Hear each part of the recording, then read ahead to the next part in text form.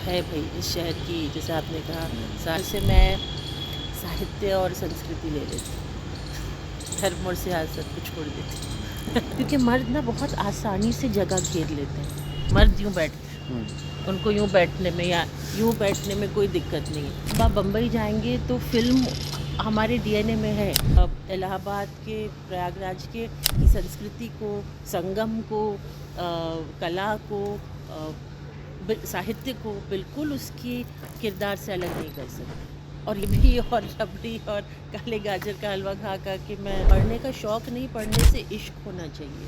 पढ़ना लिखने के लिए लाजमी है। आप पढ़ेंगे तो आपका क्षितिज चौड़ा होगा। महाकुंभ हमारी हिंदुस्तान की विरासत है। सबसे पहले तो स्वागत है आपका तहज़ीब, संस्कृति, धर्म और सियासत के शहर में। कैसा रहा आपका प्रयागराज, पुराना इलाहाबाद का अनुभव? तो अफ़सोस के साथ कह रही हूँ कि पहले मैं कभी नहीं आई, लेकिन बहुत उल्लास और बहुत खुशी के साथ कह रही हूँ कि देर आए दुरुस्त आए। और बहुत ही मुझे इस बात की खुशी है, इस क्या कहते हैं कि मुझे बुलाया गया बज़्म विरासत में। और विरासत तो है भाई इस शहर की, जैसे आपने कहा साहित्य, संस्कृति, धर्म, सियासत, हर चीज़ की विरासत है। उसमें से मैं साहित्य और संस्कृति ले लेती हूँ, धर्म और सियासत को छोड़ देती हूँ तो मैम, राइटिंग कब चैलेंजिंग होती है? कब नहीं होती है। राइटिंग इज़ अ चैलेंज, क्योंकि अगर आर्टिस्ट भी है, जिस कहते हैं ना कि आर्टिस्ट को ब्लैंक कैनवस के सामने का सामना करने से बहुत डर लगता है, लेकिन फिर भी उसके पास रंग हैं। जो राइटर है उसके पास कुछ नहीं है। उस लिहाज से जो फ़िल्म की जो राइटिंग है, एक तरह से 19-20 का फ़र्क है, लेकिन शायद थोड़ी सी आसान है क्योंकि आपको ब्रीफ मिलता है। एक ज़मीन है, एक फाउंडेशन मिला हुआ है आपको फ़िल्म का। एक किरदार है, एक कहानी है, एक एक्टर है और एक मार्केट की मांगे हैं, तो आप वो लेके चलते हैं। लेकिन बस लिखना मुश्किल है, चैलेंजिंग है। मेरे लिए तब चैलेंजिंग है स्पेशली, और ये मैं फ़िल्म लेखन की बात कर रही हूँ, गीतों की या संवाद की। ये मेरे लिए तब मुश्किल होता है जब उसके पीछे कोई क्या कहते हैं, जो नींव कच्ची होती है या हिली हुई होती है, और जो ब्रीफ जिसे कहते हैं। वरना खुद लिखे आदमी तो कुछ भी लिखे, आप अपने सोच से, अपने आइडियाज़, लेकिन वो ना एक क्या कहते हैं, हुक करना पड़ता है आपको स्क्रिप्ट में। तो चैलेंजिंग तब है जब आपका ब्रीफ या स्क्रिप्ट बन जाए। मैम, आपकी छवि और व्यक्तित्व दोनों ही बड़े स्ट्रॉन्ग नज़र आते हैं और अक्सर लेखनी में भी ये बात क्लियरली विजिबल रहती है।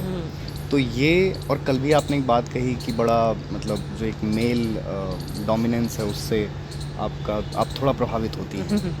तो क्या मतलब ऐसे यंगस्टर्स में स्ट्रॉन्ग एंड इंडिपेंडेंट के लिए कैसे, मतलब किस तरह वो अगर इस तरह बनना चाहें तो कैसे? तो आपने इसमें मुझे 2 बातें पूछी हैं। एक तो क्या कहते हैं, स्ट्रेंथ की कि पर्सनली भी, और फिर वो ज़ाहिर है आपके प्रोफेशन में भी आएगा। बट मेरे ख़्याल से आपने उसमें एक जेंडर का सवाल भी डाल दिया है, तो मुश्किल है। और मैं यंग औरतों से, लड़कियों से जो इस प्रोफेशन में या किसी भी प्रोफेशन में आना चाह रही, मैं उनसे एक बात कहूँगी बहुत, कि जो जगह है ना, उसे लेना सीखो। क्योंकि मर्द ना बहुत आसानी से जगह घेर लेते हैं, तो अपनी बात कहने से, और वो मेरे लिए आज भी मुश्किल है, क्योंकि एक जगह आपको बनानी पड़ती है, आपको पैर अड़ाना पड़ता है दरवाजे में, आपको कोनी कभी कभी मारनी पड़ती है। वो करो, बिकॉज़ औरतों के लिए मुश्किल है। और क्या कहते हैं, मुझे लगता है कि कहीं भी बैठने में, आप देखो, अब मैं आपको बताती हूँ, मर्द यूँ बैठते हैं, उनको यूँ बैठने में या यूँ बैठने में कोई दिक्कत नहीं है। अब लड़की वो है कि पहले वो यूँ करेगी, यूँ करेगी, यूँ। It's as simple as that, कि जगह घेरना उन एक क्या कहते हैं, वो विरासत है। तो मेरे ख्याल से मैं ये नहीं कह रही हूँ कि मर्दों की तरह बिहेव करो, but don't be afraid to stake your claim in your space. Ma'am, संस्कृति, साहित्य, कला के अलावा आपको इस शहर के मिजाज में क्या अलग लगा? जब संस्कृति, कला, साहित्य, इतिहास आपका इतिहास हो, तो उसको आप अलग नहीं कर सकते। वो उसके डीएनए में है। जैसे अगर आप बम्बई जाएंगे तो फिल्म हमारे डीएनए में है। अगर आप दूर दूर से आपका बॉलीवुड से जो इतना अच्छा लफ्ज़ नहीं है, लेकिन चलिए हिंदुस्तानी फ़िल्मों से आपका कोई लेना देना नहीं है, फिर भी अगर आप बम्बई के रहने वाले हैं, वो आपकी चाल में एक या आपकी बम्बई है। सोच में एक वो है, और उसमें वो तो आप इलाहाबाद के, प्रयागराज के क्या कहते हैं कि संस्कृति को, संगम को, कला को, साहित्य को बिल्कुल उसकी किरदार से अलग नहीं कर सकते, और यही खूबसूरती है। और भाई मीठे बहुत अच्छे हैं शहर के, जलेबी और रबड़ी और काले गाजर का हलवा खा खा के मैं खुद इमरती हो गई हूँ। मैम, अंतिम सवाल जी। कि जैसे शहर में देश में बहुत सारे युवा ऐसे हैं जो लिखना पसंद करते हैं पर पढ़ना कम पसंद करते नहीं, हैं। वो मुमकिन ही नहीं है, मुमकिन ही नहीं है। अगर आपको आप पढ़ते नहीं हैं, और सिर्फ पढ़ना नहीं कि मुझे लेखक होना है, मुझे लिखना है तो मैं पढ़ूं।